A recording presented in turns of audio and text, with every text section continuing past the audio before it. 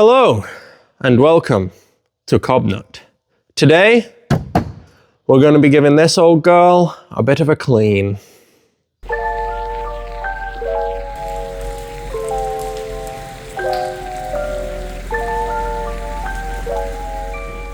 Hello and welcome back to the second video on this gorgeous E61, which just so happens to be my E61.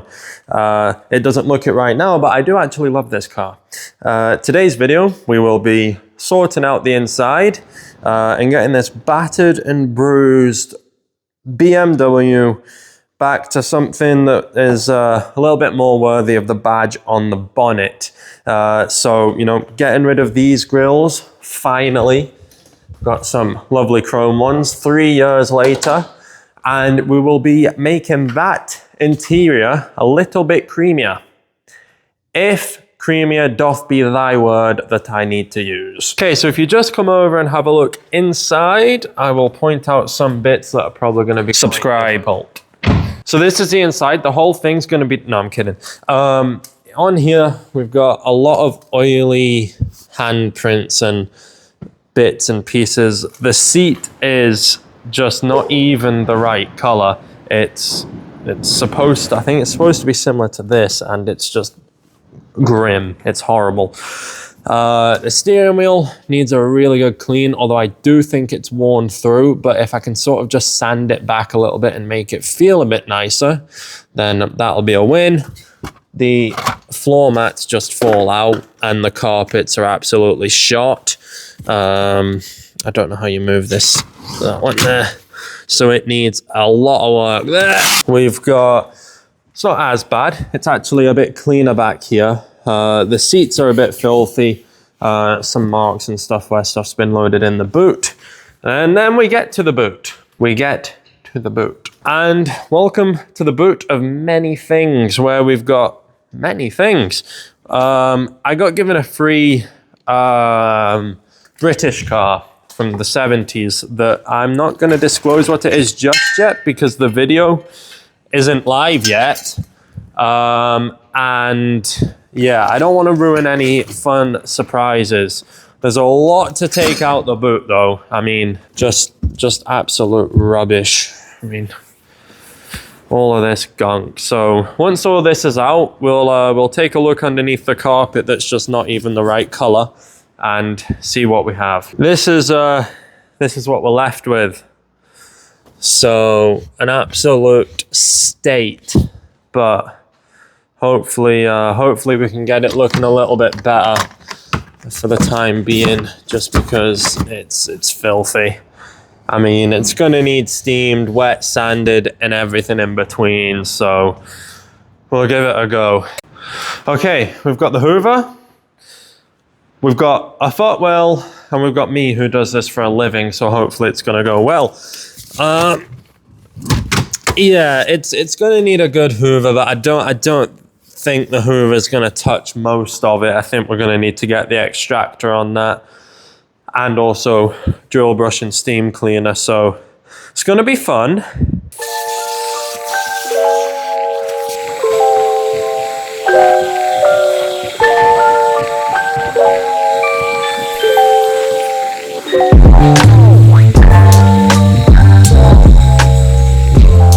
I do think it has been hoovered before we bought it, because the hoovering's not really making any difference at all. But we'll just have to, I think it's gonna need more.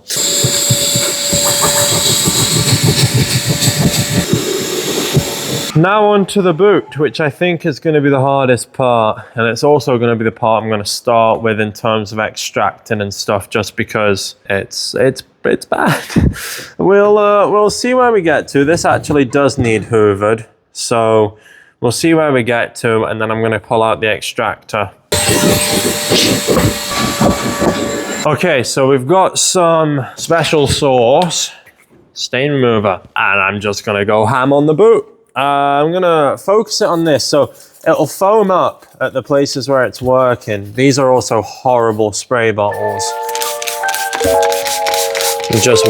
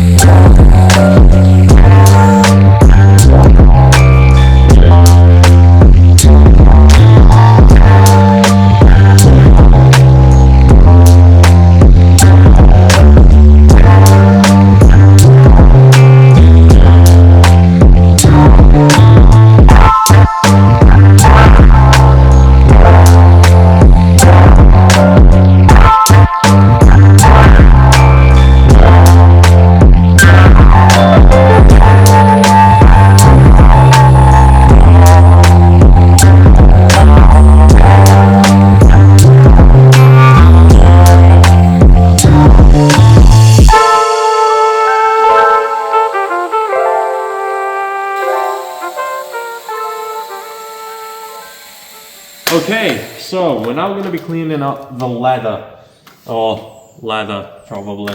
We're going to be using Kokemi Polestar diluted 1 to 10, not too strong because I don't really know what this leather's like, and obviously it's 20 years old now, so just going to go careful on it. We've got the Kokemi leather brush. I've used this brush for about a year or two now, and it's absolutely spot on. And just a Kirkland microfiber cloth to try and bring back some life into this tired old seat. So first we're gonna get some spray on there.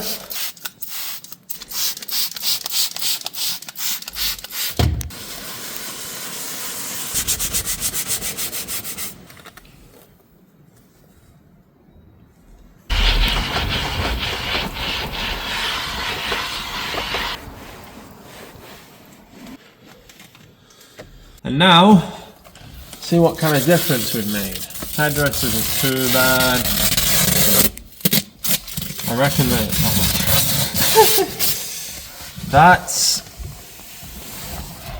that's definitely a difference. Yeah, I'm pretty happy with that. Maybe need to go over that a second time, but the base has come up pretty well.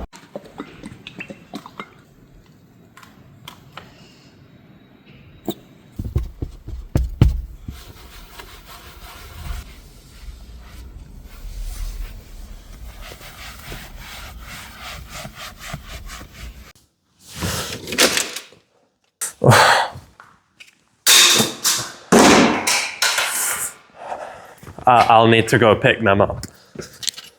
What is this? Chrome grill.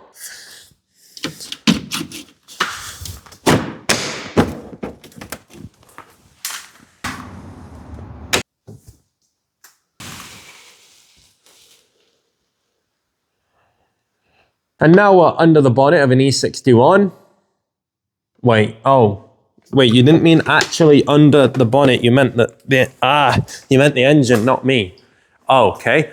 Well, now an engine is under the bonnet of an E61, and we're gonna clean it using interior cleaner, a brush, and a cloth. Okay, so we've just sprayed a bit on the engine here. It's not a heavy cleaner, just a degreaser, but it'll be enough to make it look a bit nicer, because there's a couple of oil stains on the engine bay and stuff like that. So if we can make it look a little bit nicer, we'll have achieved more than any other previous owners did. Oh, that moves. I assume that shouldn't do that. It's not getting everything, but it's getting a lot. Now, if I was doing this properly and doing like a proper deep clean, I would be getting the steamer on it, but I'm not doing that. So it's just getting a nice, make it look a little bit more presentable without going extremely over the top. Yeah, for not being a degreaser, I am pretty happy with that. Now it's going to be time to dress the engine, so I'll need to go get the dressing, and then that'll be it looking all fine and dandy. I'll go get the dressing now. Right, we'll just get the dressing out. Got a hat to keep him warm, and we've got a jacket because it's raining outside. Okay, so just a little bit up there, and then just kind of get that tucked in down there just to keep him warm, and we don't want him getting cold. So it turns out this was my dress, not the car's. I got it the wrong way around. So we'll spray this on instead. We'll just load it up, get it looking even on the metal. And then, see, it says that you've got to let it dry on, but I don't like doing that. I like rubbing it in, because if you leave it to dry on, it gives it like a gloss, and I don't like gloss because that's not OEM look. Whereas if you rub it in, give it a good old rub, and then everything starts to come together. That looks so much better now. Easiest bulb replacement ever. Look at that, there's just bulbs in there. Cool.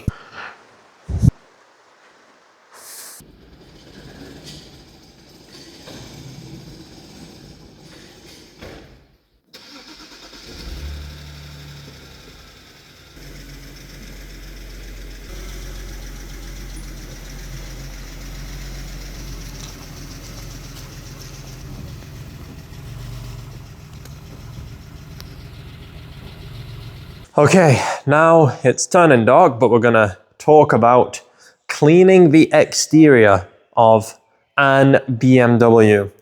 First, we have Built Hamber Auto Foam. This is the snow foam that I'll be using. It's also an extremely good pre-wash. So hopefully, depending if I can be bothered, we won't need to clean the outside with a hand wash. Because I'm gonna go around with detailing brushes, everything like that, and make sure it's all nice and clean. This is the sprayer. So just an active snow foam sprayer for the active pressure washer. We've got some Built Hamber Touch On, which is the protectant shampoo-y all-in-one thing. This is just for now until I can give it a proper machine polish. And then this is how this will be applied in the Autoglim Polar Blaster, which I've had for about 50 billion years now. So it's looking rather old.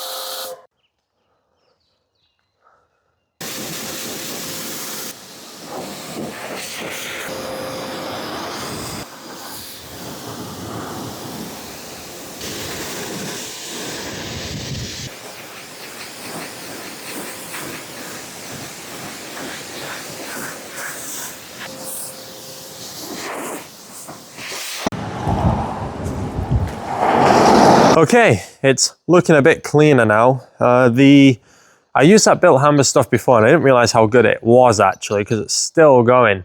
You know, and I've been driving the car a bit, done a few miles in it, and it's still cleans up quite nice. But we'll put another coat on anyway, just for now, just until we can give it a proper clean. Because if you take a look up, it's pretty dark outside and there's just no point giving it a wash when it's this kind of stage.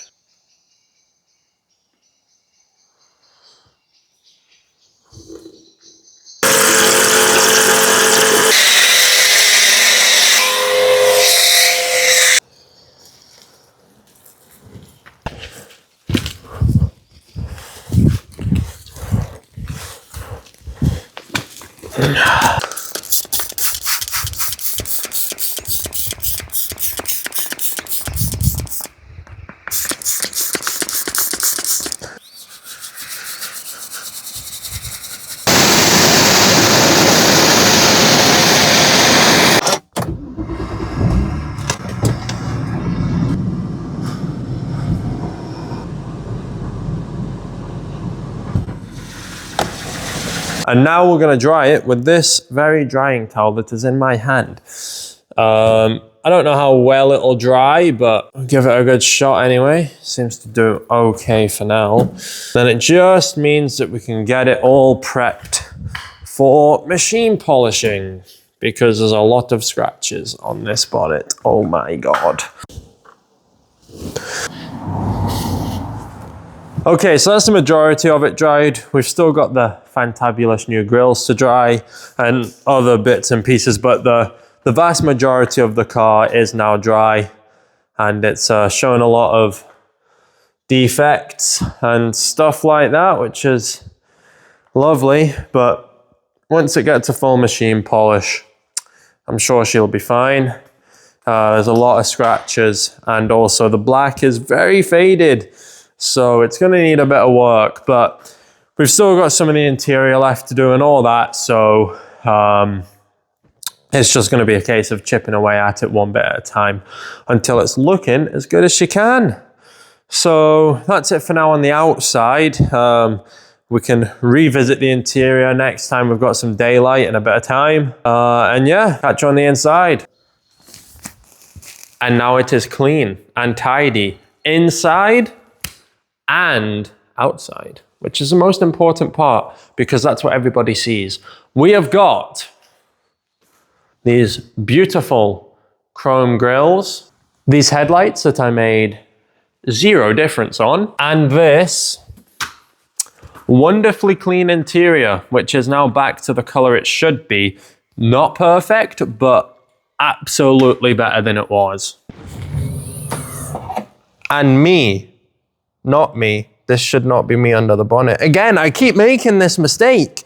I mean, an engine under the bonnet that is nice and clean and protected. Subscribe.